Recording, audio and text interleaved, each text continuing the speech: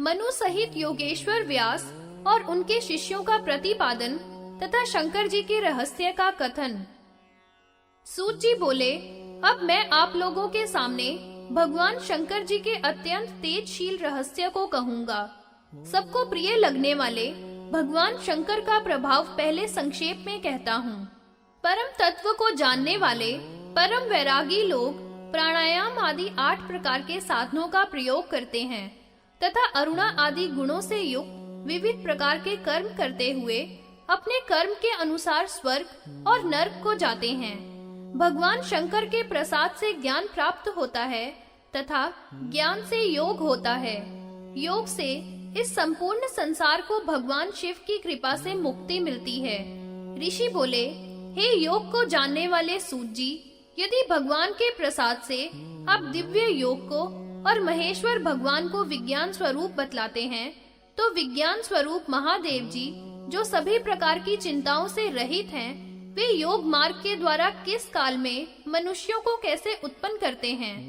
रोमहर्षण जी बोले, प्राचीन काल में देवता, ऋषि, पितरीश्वर और शैल आदि मुनियों ने ब्रह्मपुत्रों से जो सुना था उसे मैं आप लोगों से कहता हूँ। द्वापर के अंत में व्यासों के अवतार तथा योगाचार्यों और शिष्यों के अवतारों को कहता हूँ। विभु के क्षमाशील 4 शिष्य हुए और ईश्वर की कृपा से शिष्य तो बहुत से हुए। उन्हीं के मुख से क्रम परंपरा से आया हुआ ज्ञान मनुष्यों को प्राप्त हुआ। भगवान की कृपा से प्रथम ब्राह्मणों को तथा अंत में वैश्यों को वह ज्ञान मिला। ऋषि लोग बोले, कौन कौन से द्वापर में, कौन कौन से युगांतर में तथा किन किन कल्पों में कौन कौन व्यास हुए, उनका चरित्र हमारे से आप कहो, क्योंकि आप यह सभी कहने में समर्थ हो। सूत जी बोले, हे ब्राह्मणों, वराह कल्प के वैवस्वत मनवंतर और उनके अंतरों के व्यासों तथा रुद्रों को इस समय आपसे कहता हूँ। वेद पुराण और ज्ञान के प्रकाशक व्यासों को यथाक्रम इस समय आपसे कहता हूँ। ऋतु, सत्य, भार्गव, अंगिरा, सविता, मृत्यु, शतकृतु, वशिष्ठ, सारस्वत, त्रिधात्मा, त्रिव्रत, स्वयं, धर्म, नारायण, तरक्षु, अरुणी तथा कृतंजय, तृण, बिंदु, रूक्ष, मुनि, शक्ति, पराशर, जातुकर्ण्य और साक्षात विष्णु स्वरूप श्री कृष्ण द्वैपायन मुनि व्यास हुए। अब आप लोग योगेश्वरों को क्रम से सुनिए। कल्पों और कल्पांतरों में कलियुग में रुद्र और व्यासों के अवतारों के गौरव से असंख्य योगेश्वर हुए हैं। वराह कल्प के वैवस्वत अंतर के योगेश्वरों के अवतारों को इस समय कहता हूँ तथा पुनः औरों से कहूँगा।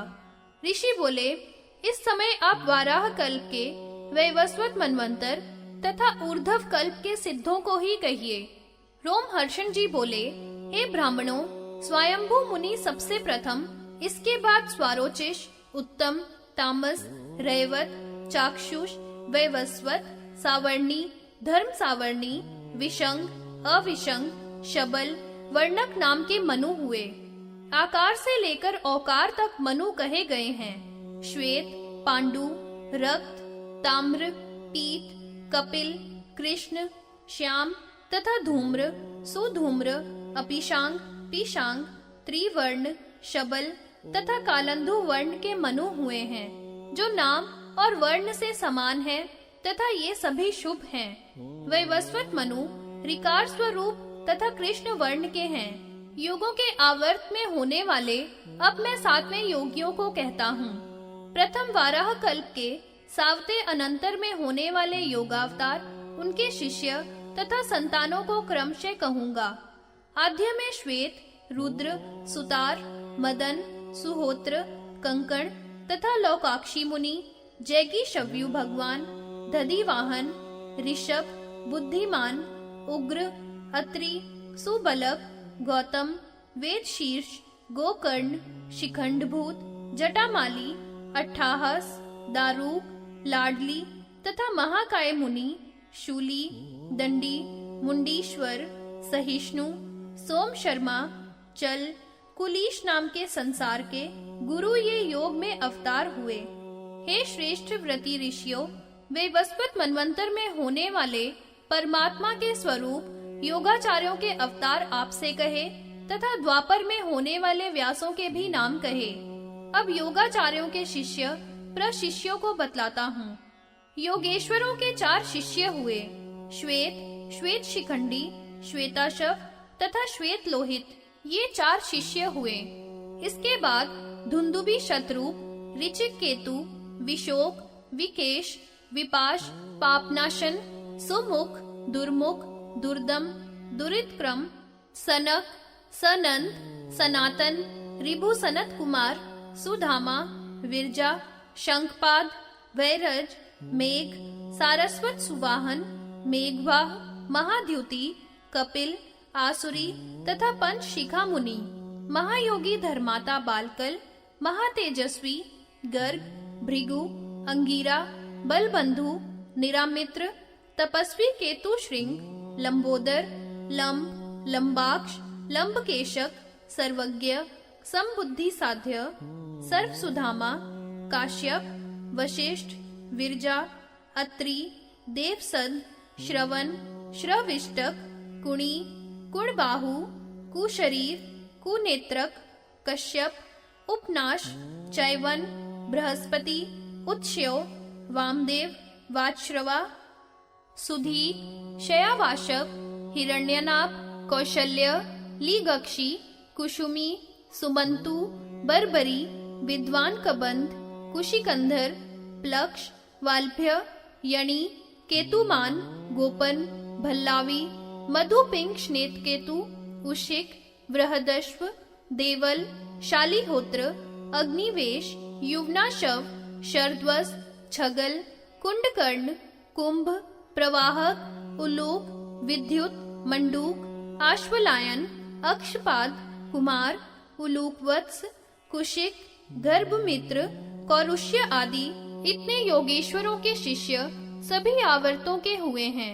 ये सभी विमल, ब्रह्म भूमिष्ठ तथा ज्ञान और योग में परायण हैं तथा सभी पाशुपत हैं, सिद्ध हैं और अपने शरीर को भस्म में लपेटे रहते हैं।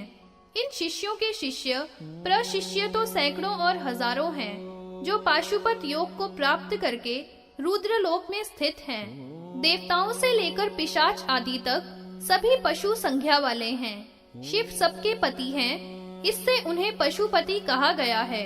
अतः उन पशुपति रुद्र के द्वारा बनाया गया योग पाशुपत योग जानना चाहिए। शिव तत्व को साक्षात्कार करने के लिए योग के स्थानों का वर्णन। सूत जी बोले, हे ब्राह्मणों, संसार के कल्याण के लिए इस समय मैं योग के स्थानों को संक्षेप में कहूंगा। गले से नीचे और नाभि से ऊपर 1 बालिस्त की दूरी पर तथा नाभि के नीचे आवर्त में और दोनों भौहों के मध्य में योग के स्थान कहे गए हैं। सभी प्रकार के अर्थ और ज्ञान का प्राप्त हो जाना ही योग कहा गया है। शिव जी की कृपा से उसमें हमेशा एकाग्रता होनी चाहिए।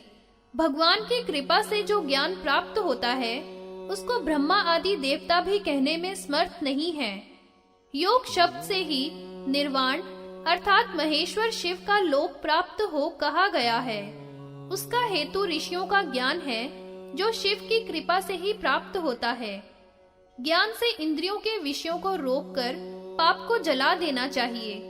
इंद्रियों की वृत्ति के निरोध से ही योग की सिद्धि होगी। हे श्रेष्ठ ब्राह्मणों, चित्त की वृत्तियों का निरोध ही योग कहा है। योग की सिद्धि के निम्न 8 प्रकार के साधन कहे हैं। प्रथम यम, दूसरा नियम, तीसरा आसन, चौथा प्राणायाम, 5वां प्रत्याहार, 6ठा धारण, 7वां ध्यान तथा 8वां समाधि। परम तपस्या ही यम कहा जाता है। हे योगियों में श्रेष्ठ मुनियों, अहिंसा सबसे पहला यम का हेतु है।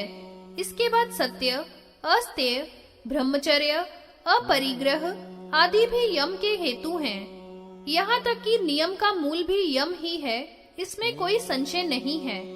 अपने सामने ही संसार के सभी प्राणियों को समझना ही अहिंसा कही है, जो आत्मज्ञान की सिद्धि को देने वाली है। देखी हुई, सुनी हुई, अनुमान की हुई, अनुभव की हुई तथा दूसरे को भी पीड़ा पहुंचाने वाली न हो, ऐसी कही हुई बात को सत्य कहते हैं। ब्राह्मणों के लिए अश्लील बात न कहना तथा दूसरों के दोष जानकर भी न कहना चाहिए। अपने ऊपर या दूसरे के ऊपर आई हुई मुसीबत में भी किसी का धन न लेना ही संक्षेप में अस्तेय कहा गया है तथा मन से, कर्म से, वाणी से भी लेने की इच्छा न करें, ऐसा वेदों का आदेश है। मन, वाणी और कर्म से मैथुन में प्रवृत्ति न रखना ही यतियों को और ब्रह्मचारियों को ब्रह्मचर्य कहा है। यह बात वैखानस तथा जिनके पास पत्नियां नहीं हैं, ऐसे महात्माओं को विशेष रूप से पालन करने को कही है। सपत्नी गृहस्थी को भी इसका पालन बताता हूँ। उनको तो केवल अपनी पत्नी के साथ विधि पूर्वक मैथुन करना तथा अन्यों की पत्नियों से अपनी निवृत्ति मन, कर्म और वाणी से करनी चाहिए, ऐसा स्मृतियों को बताया धर्म है। विधि पूर्वक अपनी ही पत्नी से संभोग करके स्नान करना चाहिए, ऐसा सद्गृहस्थी भी आत्मयुक्त ब्रह्मचारी कहा गया है। ब्राह्मण, गुरु तथा अग्नि के पूजन में अहिंसा का त्याग भी हो जाए तो भी कोई बात नहीं है, क्योंकि इस प्रकार की विधि पूर्वक की गई हिंसा भी अहिंसा ही है, ऐसा स्मृतियों तथा वेद का भी मत है। स्त्रियों को सदा परित्याग करें, उनका साथ कभी भी न करें। मुर्दे में जिस प्रकार का चित्त हो जाता है निवृत्ति का, वैसा ही निवृत्ति का चित्त स्त्रियों के प्रति रखना चाहिए। स्त्री अंगार के समान और पुरुष घी के समान है। इससे नारी का संसर्ग दूर से ही परित्याग कर देना चाहिए। भोग से विषयों की तृप्ति कदापि नहीं हो सकती है। मन, कर्म, वाणी से विचार करके तथा वैराग्य से ही विषय शांत हो सकते हैं।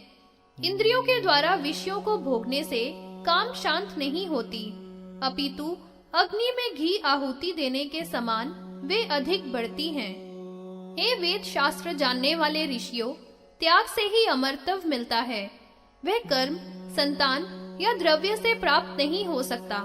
इसलिए मन, वाणी और कर्म से विराग करना चाहिए और ऋतुकाल को छोड़कर मैथुन से निवृत्ति रखना ब्रह्मचर्य कहा है। हे श्रेष्ठ ब्राह्मणों, ये मैंने आपसे यम कहे, अब नियमों को बताता हूँ। शौच, यज्ञ, तप, दान, स्वाध्याय, इंद्रिय निग्रह, व्रत, उपवास, स्नान, अनिच्छा, ये 10 नियम कहे हैं। शिव मंत्र का जप तथा पद्म आदि आसन कहे हैं। भीतरी बाहरी पवित्रता ही शौच है। बाहरी पवित्रता से युक्त होकर भीतरी पवित्रता का आचरण करना चाहिए। शिव जी की पूजा करने वाले को अग्नि, वरुण तथा ब्राह्मण संबंधी कर्तव्य करने चाहिए। विधान पूर्वक स्नान आदि करके पुनः भीतरी पवित्रता का आचरण करना चाहिए। तीर्थ के जल में सदा ही मिट्टी आदि शरीर में लगानी चाहिए। स्नान आदि करने पर भी मनुष्य भीतरी पवित्रता से हीन होते हैं। जैसे शैवाल, मगर, मछली आदि जीव सदा मछली के द्वारा जीवन यापन करने वाले धीवर आदि भी सदा जल में रहते हुए भी मलिन रहते हैं। इसलिए हे ब्राह्मणों, सदा जल में अवगाहन करने से ही मनुष्य पवित्र नहीं होते। विधान पूर्वक हमेशा भीतरी पवित्रता भी रखनी चाहिए। आत्मज्ञान रूपी पवित्रता जल में सदा स्नान करके सुंदर वैराग रूपी मिट्टी का चंदन लगाकर अपने को पवित्र करना चाहिए। शुद्ध के लिए ही सिद्धियां प्राप्त होती हैं, अशुद्ध को नहीं। अर्थ सिद्धि के लिए संतोष पूर्वक चांद्रायण व्रत आदि से पवित्रता प्राप्त करनी चाहिए। ओंकार का जप ही स्वाध्याय कहा गया है, जो 3 प्रकार का होता है। वाणी के द्वारा किया हुआ जप अधम कहा है। उपांशु जप ही सर्वोत्तम है। मानसिक जप भी श्रेष्ठ है। इनका विस्तार से वर्णन आगे पंचाक्षर वाले अध्याय में किया गया है। गुरु की अचल भक्ति से शिव का ज्ञान प्राप्त होता है। इंद्रियों को विषयों से रोकना प्रत्याहार कहा गया है। चित्त की धारणा को संक्षेप से बताता हूँ। स्वस्थ चित्त से विचार पूर्वक एक चित्त होकर दूसरी तरफ से मन हटाकर ध्यान करना ही समाधि कहा गया है। समाधि में अपने शरीर को शून्य मात्र समझता हुआ चित्त आनंद का आभास होता है। समाधि का मूल कारण प्राणायाम है। प्राणायाम में अपने देह की वायु को निरोध करते हैं। मंद, मध्यम और उत्तम 3 प्रकार का प्राणायाम कहा है। प्राण वायु का रोकना ही प्राणायाम कहा है। प्राणायाम का मान 12 मात्राओं का कहा गया है। नीचे की ओर भी 12 मात्रा तथा ऊपर भी 12 मात्राओं का उसका मान होता है। मध्यम में तो 24 मात्राओं का मान होता है। मुख्य रूप से तीनों 36 मात्रा के ही कहे हैं। आनंद की उत्पत्ति के योग के लिए प्रस्वेद, कंपन, उत्थान, रोमांच, ध्वनि, अंगों का मोटन तथा कंपन गर्भ में क्रमानुसार जप करना चाहिए। न्याय पूर्वक योग का सेवन करता हुआ स्वस्थ पने को प्राप्त करता है। जैसे जंगल का मतवाला सिंह, हाथी तथा 8 पैर वाला शरभ नाम का पशु स्वस्थ घूमते हैं, वैसे ही योगी भी निर्द्वंद विचरते हैं। योग के अभ्यास से व्यसन नहीं लगते। इसका अभ्यास करते हुए मुनि लोगों को मन और वाणी से उत्पन्न दोषों को जला देना चाहिए। बुद्धिमान लोग प्राणायाम से भली भांति दोषों को नष्ट करते हैं तथा श्वास के द्वारा उन्हें जीर्ण कर लेते हैं। प्राणायाम से ही दिव्य शांति, प्रशांति, दीप्ति तथा प्रसाद आदि सिद्धियों को साथ लेते हैं। हे द्विजो, इन चारों में प्रथम शांति कही गई है। सहज ही आए हुए पापों को नष्ट कर देना ही शांति है। भली प्रकार वाणी के द्वारा संयम करना अशांति है। प्रकाश को दीप्ति कहा गया है। बुद्धि के द्वारा सभी इंद्रियों को तथा वायु को भी वश में करना प्रसाद कहा गया है। इन चारों में प्रसाद तो अपने अंदर ही होता है। इसमें प्राण, अपान, समान, उदान, व्यान, नाग, कूर्म, कुकुर, देवदत्त, धनंजय आदि 10 पवनों को भी जीतना पड़ता है। प्रयाण करती है, इससे वायु को प्राण वायु कहते हैं। आहार आदि क्रम से जो वायु नीचे की तरफ जाए वह अपान वायु है। व्यान नाम की वायु अंगों में व्याधियां पैदा करती हैं तथा ऊपर की ओर चलती हैं। मर्मों को जो झकझोरती हैं वह उदान नाम की वायु कहती हैं। अंगों को जो समान रूप से ले जाती हैं वह समान नाम की वायु है। उद्गार को नाग नाम की वायु कहा है। उन्मीलन को कूर्म कहा है। भूख लगने वाली वायु को क्रिकर कहते हैं। जम्भाई वाली वायु को देवदत्त कहा है। बड़ी भारी आवाज करने वाली वायु को धनंजय कहते हैं। वह मरने पर भी रहती है। इस प्रकार ये 10 वायु प्राणायाम से सिद्ध की जाती हैं। शांति आदि चारों सिद्धियों में प्रसाद चौथी है। विस्वर, महान, मन, ब्रह्मा, चित्त, स्मृति, ख्याति, ईश्वर, मति, बुद्धि, इनको महत नाम वाला कहा गया है और ये बुद्धि प्रसाद तथा प्राणायाम से सिद्ध होते हैं। सभी द्वंद्वों में जो सिवरी भाव है उसे विस्वर कहा जाता है। सभी तत्वों में सर्वप्रथम पैदा होने से दूसरा महान कहा है।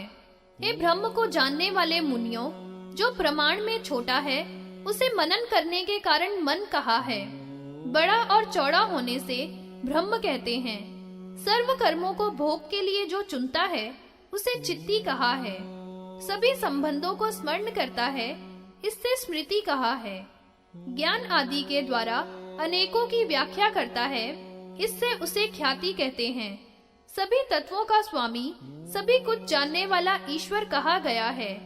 मनन करती है तथा मानती है, इससे मति कहते हैं। अर्थ का बोध कराती है तथा बोध करती है, इससे उसे बुद्धि कहते हैं। इस बुद्धि के प्रसाद से प्राणायाम सिद्ध होता है। यम का पालन करने वाला आदि में सब दोषों को जलाकर प्राणायाम करता है। धारणा के द्वारा पातकों को प्रत्याहार से जला देना चाहिए। विषयों को विष के समान जानकर ईश्वर के गुणों का ध्यान करना चाहिए। समाधि द्वारा प्रज्ञा को बढ़ाना चाहिए। स्नान करके अष्टांग योग को क्रम पूर्वक करना चाहिए। विधिवत योग सिद्धि के लिए आसन प्राप्त करके आत्मा को देखे। अदेश और असमय में योग साधन न करें। अग्नि के अभ्यास में, जल में, सूखे पत्तों में, जंतुओं से व्याप्त जगह में, शमशान में, जीर्ण पशुओं के कोष्ठ में, शब्द होने वाले स्नान में तथा शब्द वाले समय में, दीमक के घर में, अशुभ जगह में, दुष्ट पुरुषों से आक्रांत जगह में, मच्छर आदि से युक्त स्थान में, शरीर में बाधा उत्पन्न होने पर, दुर्मन होने पर योग साधना न करें तथा गुप्त शुभ स्थान में, रमणीक पर्वत की गुफा में, शिवजी के क्षेत्र में, शिवजी के बगीचे में, वन में अथवा घर में, शुभ देश में, जंतुओं से रहित निर्जन देश में, अत्यंत निर्मल, अच्छी प्रकार लिपा पुता, चित्रित, दर्पण के दरस से युक्त, अगर धूप आदि से सुगंधित, अनेक प्रकार के फूलों के वितान से घिरा हुआ, फल पत्ते तथा मूल आदि से युक्त, कुशा पुष्प आदि के सहित स्थान में सम आसन पर बैठकर बुद्धिमान को स्वयं योगाभ्यास करना चाहिए। सबसे प्रथम गुरु को प्रणाम करें, इसके बाद शिव को, देवी को, गणेश को, शिष्यों सहित योगीश्वरों को प्रणाम करके युक्ति पूर्वक योग में लगना चाहिए। आसन पर बैठकर पद्म अथवा अर्घासन बांध कर बैठें। समजंघाओं से अथवा एक जंघा से दोनों पैरों को सिकोड़कर दृढ़ पूर्वक आसन बांध कर रहें। आंखों को एक जगह स्थिर करके छाती को सीधी रखें। पास की एड़ियों से अंडकोशों की तथा मूत्र इंद्री की रक्षा करें। कुछ कुछ ऊपर को उठा हुआ सिर रखें। दांतों को दांतों से स्पर्श न करें। नासिका के अग्र भाग को ही देखें, इधर उधर न देखें। तमोगुण को रजोगुण से, रजोगुण को सतोगुण से ढक लेना चाहिए तथा अपने में स्थिर होकर शिव के ध्यान में अभ्यास करें। ओंकार का, शुद्ध दीप शिखा का, श्वेत कमल की पंखुड़ी पर शिव का ध्यान करें। नाभि के नीचे विद्वान पुरुष कमल का ध्यान करके 3 या 8 अंगुल के कोण में अथवा पंचकोण में या त्रिकोण में अग्नि, सोम तथा सूर्य की शक्तियों के द्वारा सूर्य, चंद्र, अग्नि अथवा अग्नि, सूर्य और चंद्रमा का इस क्रम से ध्यान करें। तीनों गुणों के क्रम से ऊपर के इन 3 मंडलों की भावना करनी चाहिए। अपने में स्थित होकर रुद्र का अपनी शक्ति के अनुसार शक्ति के सहित चिंतन करें। नाभि में अथवा गले में अथवा दोनों भौहों के मध्य में यथा विधि ललाट की फलिका में मध्य सिर में योगास्त होकर ध्यान करना चाहिए। 2 दल में, 16 में, 12 में, 10 में, 6 में अथवा 4 कोणों में शिव का ध्यान करें। स्वर्ण की सी आभा वाले, अंगार के समान, श्वेत तथा द्वादश आदित्य के समान तेजस्वी अथवा चंद्रमा की परछाई के समान, बिजली की चमक के समान, अग्नि के वर्ण वाला अथवा बिजली की लपट के समान आभा वाले परमेश्वर का चिंतन करना चाहिए। अथवा करोड़ों वज्र की सी चमक वाले अथवा पद्म राग मार्ग की आभा वाले नील लोहित शिव का ध्यान योगी को करना चाहिए। महेश्वर का हृदय में ध्यान करें। नाभि में सदाशिव का, चंद्रचूड़ का ललाट में तथा दोनों भौहों के मध्य भाग में शंकर जी का ध्यान करना चाहिए। निर्मल, निष्कल, ब्रह्म, शांत, ज्ञान के साक्षात स्वरूप, लक्षण रहित, शुभ, निरालंब, अतर्क्य, नाश और उत्पत्ति से रहित कैवल्य, निर्वाण, निश्रेयस, अमृत, अक्षर, मोक्ष, अद्भुत महानंद, परमानंद, योगानंद, हे उपायों से रहित, सूक्ष्म से भी सूक्ष्म, शिव स्वयं जाना जाए ऐसे न जाने गए परम ज्ञान के स्वरूप अतीन्द्रिय, अनाभास, परात्पर तत्व, सब उपाधियों से अलग, विचार पूर्वक ज्ञान से ही जानने योग्य अद्वैत रूप महादेव को हृदय रूपी कमल में चिंतन करना चाहिए। नाभि में सदा शिव का, सर्व देवताओं के ईश्वर के रूप में चिंतन करें। देह के मध्य में शुद्ध ज्ञानमय शिव का ध्यान करें। क्रमशः छोटे, मध्यम तथा उत्तम मार्ग विद्वान पुरुष को कुंभक के द्वारा अभ्यास करना चाहिए। बुद्धिमान पुरुष 32 रेचक को हृदय और नाभि में समाहित करके कुंभक के द्वारा देह के मध्य में शिव का स्मरण करे और इस प्रकार का एकाकी भाव पैदा करे कि जिससे रस की उत्पत्ति होवे। रस की समान स्थिति में ही ब्रह्मवादी विद्वान आनंद मानते हैं। द्वादश धारणा आदि के द्वारा समाधि में जब तक स्थित रहता है तब तक आनंद उत्पन्न होता है, अथवा ज्ञानियों के संपर्क से पैदा होता है, अथवा प्रयत्न से शीघ्र या देर में पुनः पुनः लगने से ज्ञान प्राप्त होता है। गुरु के द्वारा बताए जाने पर अभ्यास करते हुए भी नाश को प्राप्त होते हैं। योग में आपत्तियों तथा रुकावटों का वर्णन। सूत जी बोले, हे ऋषियों, योग साधन में सर्वप्रथम आलस्य नाम की आपत्ति आती है।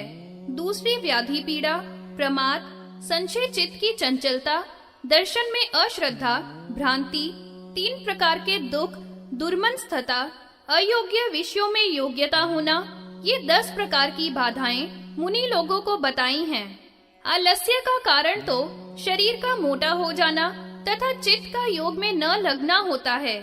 व्याधि धातु की विषमता से 2 प्रकार की होती है, एक कर्म के द्वारा होने वाली तथा दूसरी दोषों के द्वारा होने वाली।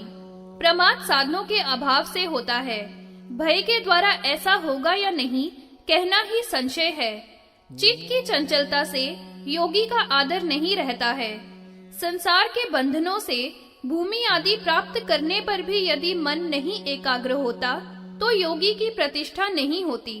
योग साधन में भाव रहित वृत्ति का नाम अश्रद्धा है। गुरु ज्ञान, आचार, शिव आदि में साधक की भावना न होना ही अश्रद्धा है।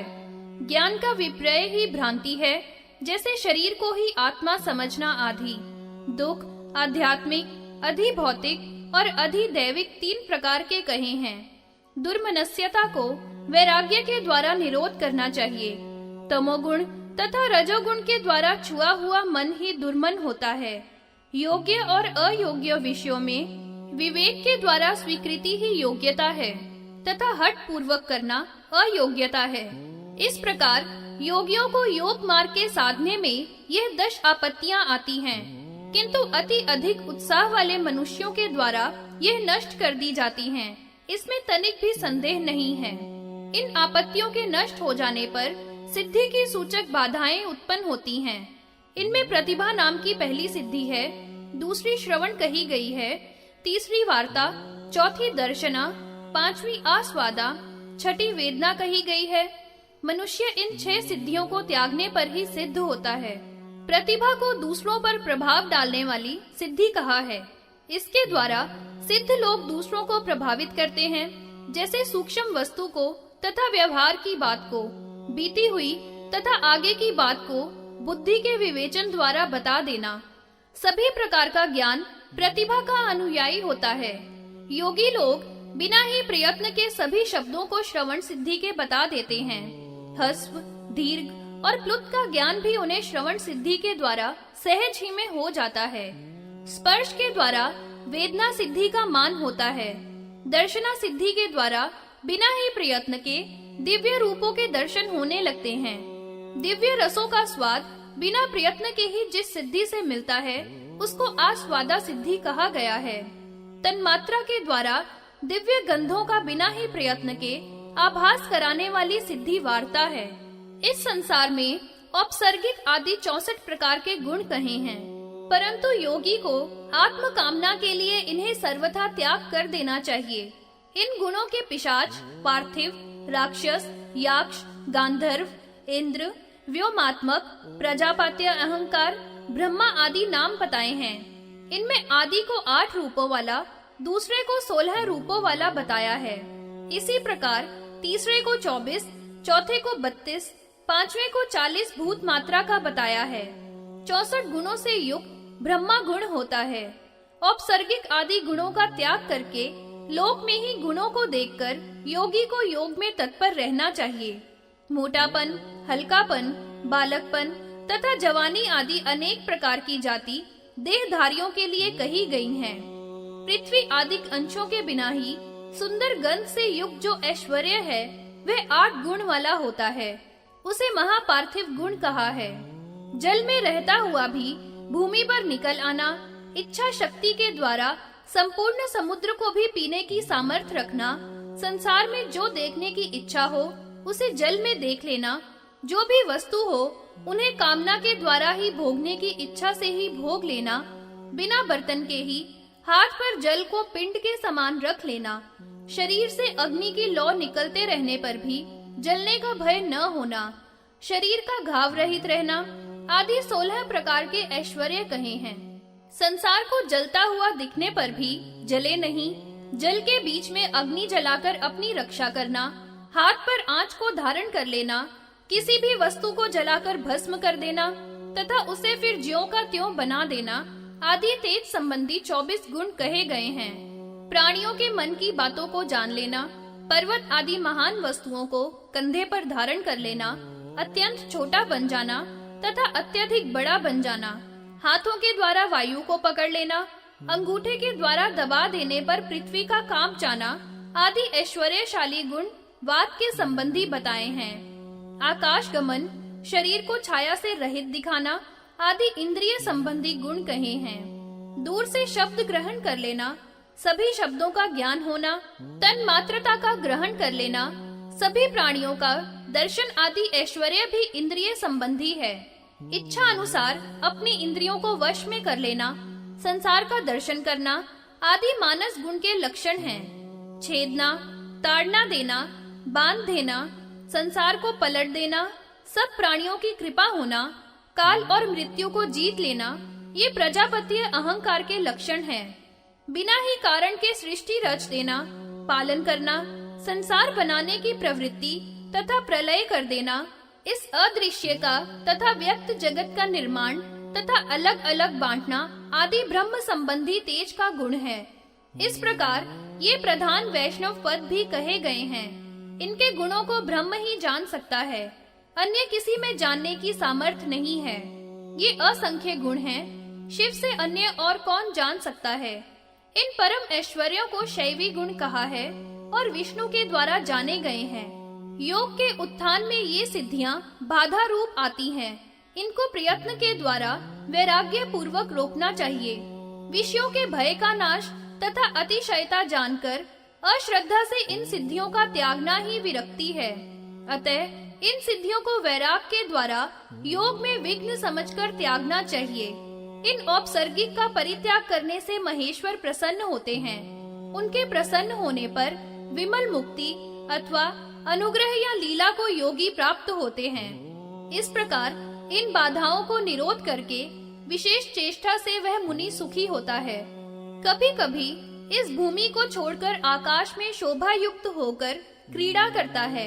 कभी वह वेदों का उच्चारण करने लगता है, कभी उनके सूक्ष्म अर्थों को बतलाता है, कभी कभी श्रुतियों के अर्थों को बतलाता हुआ श्लोक बनाने लगता है, कभी हजारों प्रकार के बंधनों से बंध जाता है, कभी मृग पक्षियों के शब्द ज्ञान का बखान करने लगता है। ब्रह्मा से लेकर स्थावर जंगम तक सभी को हाथ में रखे हुए आंवले के समान देखने लगता है। बहुत कहने से क्या लाभ अनेक प्रकार के विज्ञानों को उत्पन्न करता है। हे श्रेष्ठ मुनियों, उस महात्मा मुनि के अभ्यास के द्वारा विशुद्ध विज्ञान स्थिर होता है। वह योग में लगा हुआ सभी तेजधारी रूपों को देखता है, अनेक प्रकार के देवताओं के प्रतिबिंब और हजारों विमानों को देखता है। वह योगी ब्रह्मा, विष्णु, इंद्र, अग्नि, वरुण, आदिक, ग्रह, नक्षत्र, तारे, अनेकों हजारों भुवन, पाताल, तलों की संख्या आदि को समाधि में बैठा हुआ आत्म विद्या के दीपक के प्रकाश से स्वस्थ चित्त से अचल होकर देखता है। भगवान की कृपा रूपी अमृत से भरे हुए सत्व के पात्र को देखता है तथा अपने हृदय के अंधकार को हटाकर वह पुरुष अपनी आत्मा में ही ईश्वर को देखता है। भगवान की कृपा से धर्म, ऐश्वर्य, ज्ञान, वैराग्य, अपवर्ग प्राप्त होती है। इसमें अन्य विचार नहीं करना चाहिए। 10,000 वर्ष 1000 बार बीत जाएं, तो भी उनकी कृपा के विस्तार को नहीं कहा जा सकता। हे मुनीश्वरों, पाशुपत योग में स्थित योगी की महिमा बड़ी अपार है।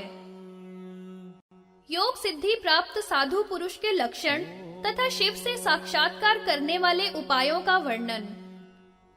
सूत जी बोले, हे श्रेष्ठ ब्राह्मणों, जिनके ऊपर भगवान शंकर कृपा करते हैं उनको बताता हूँ। महेश्वर भगवान सज्जनों पर, आत्मा को जीतने वालों पर, द्विजातियों पर, धर्म के जानने वाले पर, साधु पुरुषों पर, आचार में श्रेष्ठ आचार्यों पर, आत्मा में शिव को जानने वालों पर, दयालु पुरुषों पर, तपस्वियों पर, सन्यासियों पर, ज्ञानियों पर, आत्मा को वश में करने वालों पर, योग में तत्पर रहने वाले पुरुष पर, श्रुति स्मृति को जानने में श्रेष्ठ तथा हे द्विजो, श्रौत स्मार्त कर्म के जो विरोधी न हो, ऐसे मनुष्यों पर कृपा करते हैं।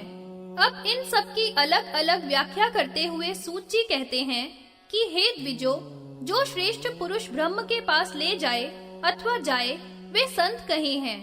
दशों इंद्रियों के विषयों को दूर करके 8 प्रकार के लक्षणों से युक्त जो पुरुष हैं तथा जो सामान्य स्थिति में और धन की कमी व अधिकता में न क्रोध करते हैं न हर्ष करते हैं, वे जितात्मा पुरुष कहे जाते हैं। ब्राह्मण, क्षत्रिय, वैश्य में युक्त पुरुष द्विजाति कहलाते हैं।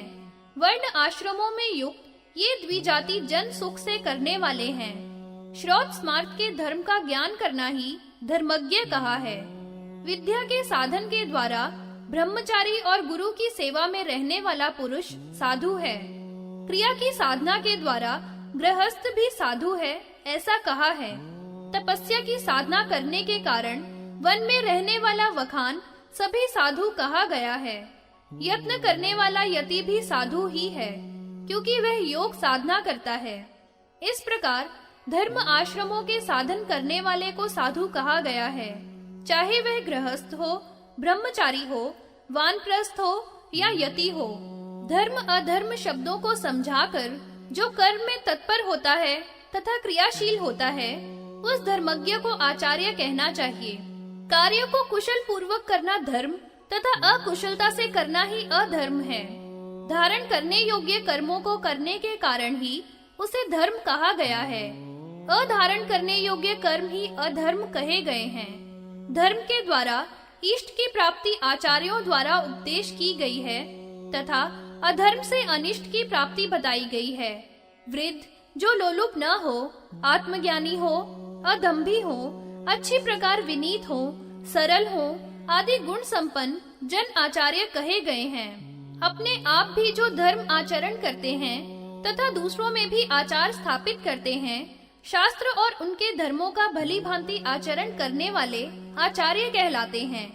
श्रवण करने से जो कर्म किया जाता है उसे श्रौत तथा स्मरण करने से जो कर्म है उसे स्मार्त कहा जाता है। वेद विहित जो यज्ञ आदि कर्म है वे श्रौत कर्म है तथा वर्ण आश्रमों को बताए हुए जो कर्म है वे स्मार्त कर्म है। देखे हुए अनुरूप अर्थ को तथा पूछे गए अर्थ को जो कभी नहीं छिपाते तथा जो देखा है वही सत्य कह देते हैं तथा जो ब्रह्मचर्य से रहते हो, निराहारी हो, अहिंसा और शांति में सर्वथा तत्पर रहते हो, उसे तप कहा गया है। जो हित अनहित समझकर सभी प्राणियों में अपने समान ही बर्ताव करता है, उस पुण्य में वृत्ति को ही दया कहते हैं। जो हव्य उचित न्याय पूर्वक आया हो और वह गुणवान को दिया जाए, वह दान का लक्षण कहा है। छोटा, बीच का तथा बड़ा इस प्रकार का ही कहा है। करुणा पूर्वक सभी प्राणियों को बराबर भागों में बांट दिया जाए, उसे मध्यम यानी बीच का दान कहा जाता है। श्रुति स्मृति के द्वारा बताया गया तथा वर्ण आश्रमों को बताया गया माया और कर्म के फल को त्याग देने वाला योगी ही शिवात्मा है, अर्थात वह अपने अंदर ही शिव को देखता है। सभी दोषों को त्याग देने वाला पुरुष ही युक्त योगी कहा गया है। जो पुरुष असंयमी न हो तथा विषयों में आसक्त न हो, विचारवान हो, लोभी न हो, वही सच्चा संयमकारी है। अपने लिए अथवा दूसरों के लिए अपनी इंद्रियों को समान रूप से प्रयोग करता है तथा कभी झूठ में अपनी आत्मा को प्रवेश नहीं होने देता, यह शम के लक्षण है। अनिष्ट में कभी भयभीत नहीं होता तथा इष्ट में कभी प्रसन्न न होता हो। ताप तथा विषाद निवृत्ति और विरक्ति से सदा अलग रहे, वह संन्यास का लक्षण है। कर्मों से आसक्ति न रखना अर्थात कर्मों से अलग रहना ही संन्यास है। चेतना तथा अचेतना का विशेष ज्ञान ही वास्तव में ज्ञान कहा है। इसी प्रकार के ज्ञान युक्त तथा श्रद्धा युक्त योगी पर भगवान शंकर की कृपा होती है, उसी पर वे प्रसन्न होते हैं, इसमें संशय नहीं है। हे ब्राह्मणों, वास्तव में यही धर्म है, किंतु परमेश्वर के विषय में गुह्य जो रहस्य है उसे सब जगह प्रकट न करे। शिव की भक्ति ऐसे पुरुष को बिना संदेह के ही मुक्ति प्रदान कर देती है। भगवान शिव अपने भक्त के वश में रहते हैं, चाहे वे अयोग्य ही क्यों न हो। उसे अनेक प्रकार के अंधकार से छुड़ाकर उस पर प्रसन्न होते हैं। उसे ज्ञान, अध्ययन, पढ़ाना, हवन करना, ध्यान, तप, वेद शास्त्र पढ़ना या सुनना, दान देना तथा हजारों चंद्रायण व्रत करना तथा और भी अनेक प्रकार के व्रत आदि रखना भक्त के लिए जरूरी नहीं है। उस पर तो शिव सदा प्रसन्न रहते हैं। हे श्रेष्ठ मुनियों, जो लोग भगवान शिव की भक्ति नहीं करते वे इस पर्वत की गुफा के समान संसार में गिरते हैं और भक्त भगवान के द्वारा उठा लिए जाते हैं। हे ब्राह्मणों, जब मनुष्य इस संसार में भक्तों के दर्शन मात्र से ही स्वर्ग आदि लोकों को प्राप्त कर लेते हैं, तो भक्तों के लिए तो दुर्लभ ही क्या है। भक्त लोग भगवान शिव की कृपा से ब्रह्मा, विष्णु तथा देवताओं के राजा इंद्र तथा और भी अन्य उत्तम स्थानों व पदों को प्राप्त कर लेते हैं। भक्ति से मुनि लोगों को बल एवं सौभाग्य की प्राप्ति होती है। हे ब्राह्मणों, प्राचीन समय में बनारस के अविमुक्त क्षेत्र में विराजमान भगवान श्री महेश्वर जो रुद्र हैं, उनसे भगवान पार्वती ने जो बात पूछी थी और जो भगवान रुद्र ने रुद्राणी देवी पार्वती को जो बताया था वह सुनाता हूँ। वाराणसी पुरी में भगवान रुद्र को प्राप्त कर भगवती इस प्रकार पूछने लगी। देवी बोली, हे प्रभो, हे महादेव जी, आप किस उपाय या पूजा के द्वारा वश में हो जाते हो? विद्या के द्वारा या तपस्या के द्वारा अथवा योग के द्वारा? सो मुझे आप कृपा करके बतलाइए। सूत जी कहने लगे, हे ऋषियों, इस प्रकार भगवती के वचनों को सुनकर शिव जी ने पार्वती जी को देखा। फिर बाल चंद्रमा के तिलक को धारण करने वाले शिव जी पूर्ण चंद्रमा के समान सुंदर मुख वाली पार्वती जी से हंसते हुए इस प्रकार बोले, हे देवी, इस सुंदरपुरी को प्राप्त करके बहुत ही सुंदर प्रश्न तुमने पूछा है। हे पार्वती जी, इसी प्रकार का प्रश्न बहुत समय पहले हिमालय की पत्नी मैना ने हिमालय से किया था, उसका मुझे स्मरण हो रहा है। हे विलासिनी, जो तुमने आज पूछा है वह पूर्व काल में पितामह ब्रह्मा जी ने पूछा था। हे कल्याणी, ब्रह्मा ने मुझे श्वेत नामक कल्प में श्वेत वर्ण का देखा तथा सद्योजात नामक मेरे अवतार को देखा। रक्त कल्प में मुझे लाल रंग का देखा। ईशान कल्प में विश्व रूपाख्य को देखा। इस प्रकार से मुझ विश्व रूप शिव को देखकर ब्रह्मा जी बोले, हे वामदेव, हे तत्पुरुष, हे अघोर, हे दयानिधे, देवाधिदेव महादेव जी, आप मुझे गायत्री के साथ दिखे हैं और हे प्रभु, आप किस प्रकार वश में हो जाते हो और किस प्रकार आपका ध्यान करना चाहिए अथवा आप कहाँ ध्यान किए जाते हैं, आप कहाँ देखे जाते हैं तथा कहाँ पूजे जाते हैं, सो आप हमें कृपा पूर्वक बताइए, क्योंकि आप बताने में सब प्रकार समर्थ हैं। भगवान बोले, हे कमल से पैदा होने वाले ब्रह्मा जी, मैं तो केवल श्रद्धा से ही वश में होता हूँ। मैं लिंग में हमेशा ध्यान करने के योग्य हूँ तथा क्षीर समुद्र में विष्णु के द्वारा देखा गया हूँ और इस पंच रूप के द्वारा 5 ब्राह्मणों से पूज्य हूँ। मेरे ऐसा कहने पर ब्रह्मा जी बड़े भाव से बोले, हे जगत गुरु, वास्तव में आप मुझे आज भी भक्ति से ही दिखे हो। ऐसा कहकर मेरे लिए अधिक श्रद्धा भाव दिखाया। सो हे पार्वती जी, मैं श्रद्धा से वश में होता हूँ और लिंग में ही पूज्य हूँ। श्रद्धा पूर्वक ब्राह्मणों के द्वारा मेरी पूजा करनी चाहिए, क्योंकि श्रद्धा में ही परम धर्म है। श्रद्धा ही सूक्ष्म ज्ञान, तप, हवन है। श्रद्धा ही मोक्ष, स्वर्ग आदि सभी है और श्रद्धा से ही सदा मैं दर्शन देता हूँ। श्वेत लोहित कल्प में सद्योजात की महिमा का वर्णन। ऋषि बोले, हे सूत जी, पुराण पुरुषोत्तम महात्मा वामदेव महेश्वर जो सद्योजात जी हैं, उन्हें ब्रह्मा जी ने किस प्रकार देखा। उन अघोर और ईशान रूप सद्योजात भगवान के महात्म्य को कहने में आप समर्थ हैं, सो हमें कृपा पूर्वक उसे कहने की कृपा करिए। सूत जी बोले, हे ब्राह्मणों, 29वें कल्प को श्वेत लोहित कल्प कहा है। उस कल्प में ध्यान करते हुए ब्रह्मा के सामने शिखा से युक्त सफेद और लाल रंग का एक कुमार उत्पन्न हुआ। उस शोभा संपन्न पुरुष को देखकर ब्रह्मा ने हृदय में ध्यान करके उस महात्मा को ब्रह्म स्वरूप माना और उस झट या शीघ्र पैदा होने वाले को परात्पर ब्रह्म जानकर वंदना की तथा ब्रह्म रूप से ही उसका चिंतन किया।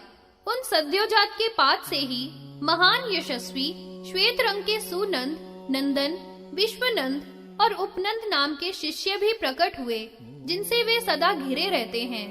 उनके आगे श्वेत वर्ण की आत्मा वाले श्वेत नाम के महामुनि विराजमान रहते हैं।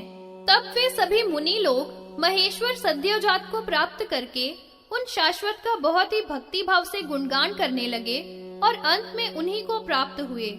हे ब्राह्मणों, इस प्रकार जो कोई भी उन विश्वेश्वर की मन से तत्पर होकर प्राणायाम पूर्वक ध्यान करके शरण में आते हैं, वे सभी पापों से छूटकर विष्णु लोक को भी लांघकर रुद्र लोक को प्राप्त करते हैं।